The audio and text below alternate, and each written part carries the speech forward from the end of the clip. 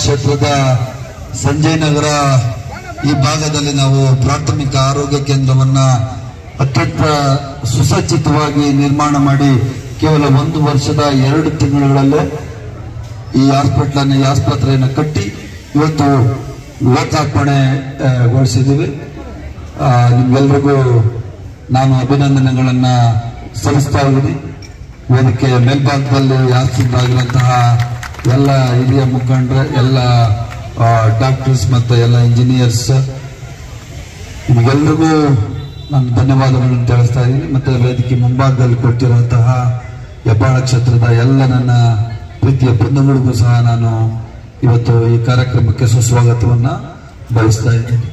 3-4 ದಿವಸದಿಂದ ಈ ಮದುವೆ ಕಾರ್ಯಕ್ರಮ, 3-4 ದಿನ ಅಲ್ಲ, 10 ದಿವಸದಿಂದ ಈ ಮದುವೆ ಕಾರ್ಯಕ್ರಮಗಳಲ್ಲಿ ಮಾಡಿ ಇವತ್ತು ಆಗಲೇಬೇಕು ಅಂತ ಹೇಳಿ ಬಹಳ ಜರೂರಾಗಿ ಇವತ್ತು ಈ ಆಸ್ಪತ್ರೆ ಉದ್ಘಾಟನಾ ಕಾರ್ಯಕ್ರಮವನ್ನ ಹಮ್ಮಿಕೊಂಡಿರೋದು. ಯಾಕಂದ್ರೆ ಸರ್ಕಾರದ ಹಣ ನೀವೆಲ್ಲರೂ ಟ್ಯಾಕ್ಸಸ್ ಕಟ್ಟಿ, ನೀವೆಲ್ಲರೂ ಕಷ್ಟಪಟ್ಟು, ನಾವೆಲ್ಲರೂ ಕಷ್ಟಪಟ್ಟು ಟ್ಯಾಕ್ಸಸ್ ಕಟ್ಟಿರುವಂತಹ ಹಣ ಅದು ಸದುಪಯೋಗ ಆಗ್ಬೇಕು ಅಂದ್ರೆ ಅದು ಸರಿಯಾದ ಸಮಯದಲ್ಲಿ ಅದಕ್ಕೆ ಉದ್ಘಾಟನೆ ಆಗಬೇಕು. ಕೆಲವು ಸರ್ಕಾರಿ ಕಟ್ಟಡಗಳು, ಸರ್ಕಾರಿ ಆಸ್ಪತ್ರೆಗಳು, ಸ್ಕೂಲ್ಸ್ ಈ MLA ಮಿನಿಸ್ಟ್ರು ಹೋಗಿಲ್ಲ ಅಂತಾನೆ 6 ತಿಂಗಳು 1 ವರ್ಷ ಅದರದ್ದು ಉದ್ಘಾಟನೆ ಸಮಾರಂಭ ಆಗಲ್ಲ, ಉದ್ಘಾಟನೆ ಆಗಲ್ಲ, ಜನಗಳಿಗೆ ಅದಕ್ಕೆ ಅನುಕೂಲ ಸಿಗಲ್ಲ. ಆದ್ರಿಂದ ಅಂತ ತಪ್ಪುಗಳು ನಮ್ಮ ಕಡೆಯಿಂದ ಆಗಬಾರ್ದು. ಯಾರೇ ಬರ್ಲಿ ಬಿಡ್ಲಿ, ನಾನು ಬರ್ಲಿ ಬಿಡ್ಲಿ, ಈ ಆಸ್ಪತ್ರೆ ಇವತ್ತು ಉದ್ಘಾಟನೆ ಆಗ್ಬೇಕು ಅಂತ ನಾನು ನಮ್ಮ ಕಾಂಟ್ರಾಕ್ಟರ್ LN ರೆಡ್ಡಿ ಹೇಳಿದ್ದೆ. ಅವನು ಕರೆಕ್ಟ್ ಸರಿಯಾದ ಸಮಯಕ್ಕೆ ಈ ಆಸ್ಪತ್ರೆಯನ್ನ ಕಟ್ಟಿ ಒಳ್ಳೆಯ ಕೆಲಸವನ್ನು ಮಾಡಿದ. ನಾನು I don't praise the contractors. ನಾನು ಯಾವ ಕಾಂಟ್ರಾಕ್ಟರ್ನು ನನ್ನ ಲೈಫಲ್ಲಿ ಹೊಗಳಿದ್ದಿಲ್ಲ. ನಾನು ಅವನಿಗೆ ಇವತ್ತು ಹೇಳ್ತಾ ಇದ್ದೀನಿ, ಒಳ್ಳೆ ಕೆಲಸ ಮಾಡಿದ್ಯಾ, ಇದನ್ನೇ ಆಮೇಲೆ ಇದನ್ನ ಇಟ್ಕೊಂಡು ಬೇರೆ ಕೆಲಸಗಳು ಕಮ್ಮಿ ಮಾಡ್ಬಿಟ್ರೆ ಅವಾಗ ಬೈತೀನಿ. ಇವಾಗ ಹೇಳ್ಬಿಡ್ತೀನಿ, ಹೊಗಳ್ಬೇಕು, ಬೈಗಳು. ನಿನ್ಗೆ ಬೈಯುವಂಥದ್ದು ರಾಜಕಾರಣಿಗಳ ಕರ್ತವ್ಯ ಆಗ್ತದೆ, ಮತ್ತೆ ಲೀಡರ್ಸ್ ಕರ್ತವ್ಯ ಆಗ್ತದೆ. ಇವತ್ತು ಒಳ್ಳೆ ಕಟ್ಟಡವನ್ನ ಕಟ್ಕೊಟ್ಟಿದ್ದಾರೆ. ಹೆಬ್ಬಾಳ ಕ್ಷೇತ್ರದ ಪರವಾಗಿ ನಿನ್ಗೆ ನಾನು ಅಭಿನಂದನೆಗಳನ್ನು ಸಲ್ಲಿಸ್ತಾ ಇದ್ದೀನಿ. ಈಗ ಈ ಆಸ್ಪತ್ರೆ ಬಹಳ ಸುಸಜ್ಜಿತವಾಗಿದೆ. ನಾನೇ ನೋಡಿದೆ, ನಾನೇ ಒಂದು 4-5 ಜನಕ್ಕೆ ಫೋನ್ ಮಾಡಿದ್ದೆ. ಡಾಕ್ಟರ್ಸ್ ಒಳ್ಳೆ ಡಾಕ್ಟರ್, ಪಾಪ ಎಲ್ಲಿ ಅವರು ಡಾಕ್ಟರ್ ನವನೀತ, ಏನ್ ಹೆಸರು, ಡಾಕ್ಟರ್ ರಕ್ಷಿತ್, ಈಗ ತಾನೇ MBBS ಮುಗಿಸಿ ಟ್ರೈನಿಂಗ್ ಬಂದಿದ್ದಾರೆ. ಒಳ್ಳೆ ಡಾಕ್ಟ್ರು, ಸಾಫ್ಟ್ ನೇಚರ್ಡು. ಅವ್ರದ್ದು ನೀವು ಸ್ವಲ್ಪ ಸಾಫ್ಟ್ ಆಗಿ ಮಾತಾಡಿ ಅವ್ರ ಹತ್ರ ಸೇವೆ ತಗೊಳ್ಳಿ. ಪಾಪ ಎದುರಿಸ್ಬಿಟ್ಟು ಆಮೇಲೆ ಕಳಿಸ್ಬಿಡ್ಬೇಡಿ. ಪಾಪ ನನಗೆ ಒಳ್ಳೇದು ಮಾಡಲಿ ಅವನಿಗೂ ಸಹ.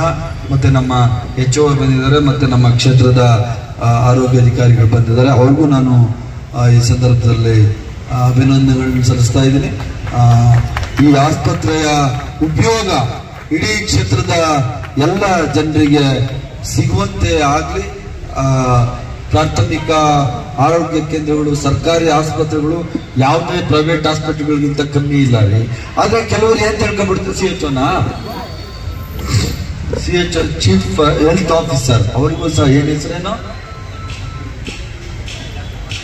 ಡಾಕ್ಟರ್ ಮದಿನಿಯವರೆಗೂ ನಾನು ಸ್ವಾಗತವನ್ನ ಕೊಡ್ತಾ ಇದ್ದೀನಿ.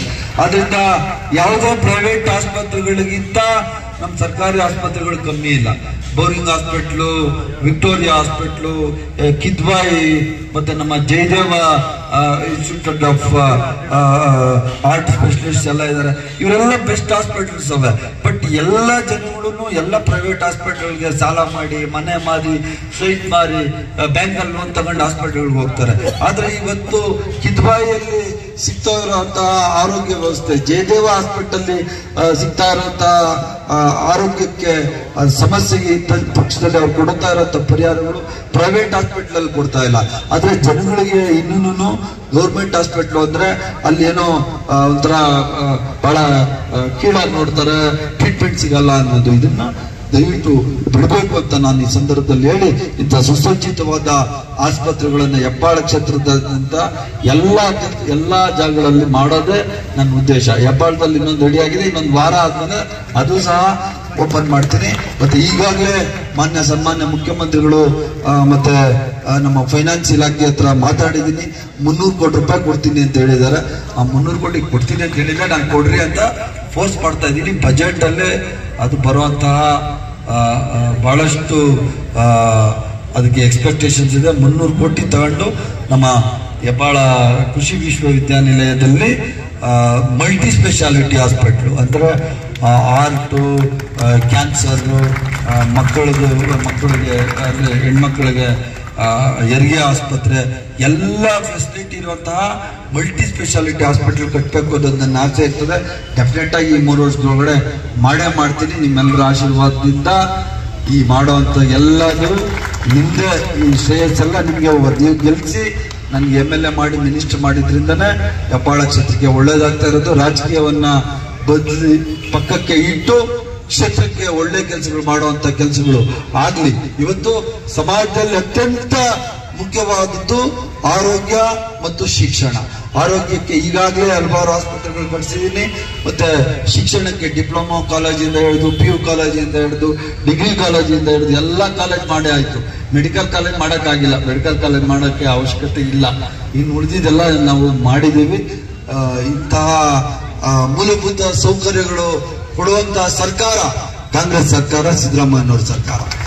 ಸರ್ಕಾರ ನಾವು ರಚನೆ ಮಾಡಲಿಕ್ಕೆ ನೀವೆಲ್ಲರೂ ಕಾರಣಕರ್ತರಾಗಿದ್ದೀರಿ. ನಿಮ್ಮ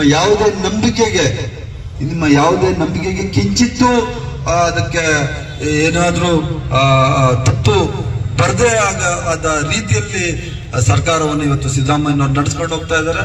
ನಾನು ಮಂತ್ರಿಯಾಗಿ ಅವ್ರ ಜೊತೆಯಲ್ಲಿ ಕೆಲಸ ಮಾಡ್ತಾ ಇರೋದೇ ನನಗೆ ಸಿಕ್ಕಂತಹ ಒಂದು ದೇವರು ಕೊಟ್ಟಂತಹ ಅವಕಾಶ. ಆ ಅವಕಾಶ ಮಾಡಿಕೊಟ್ಟದ್ದು ನೀವೆಲ್ಲರಿಗೂ ನಾನು ಧನ್ಯವಾದ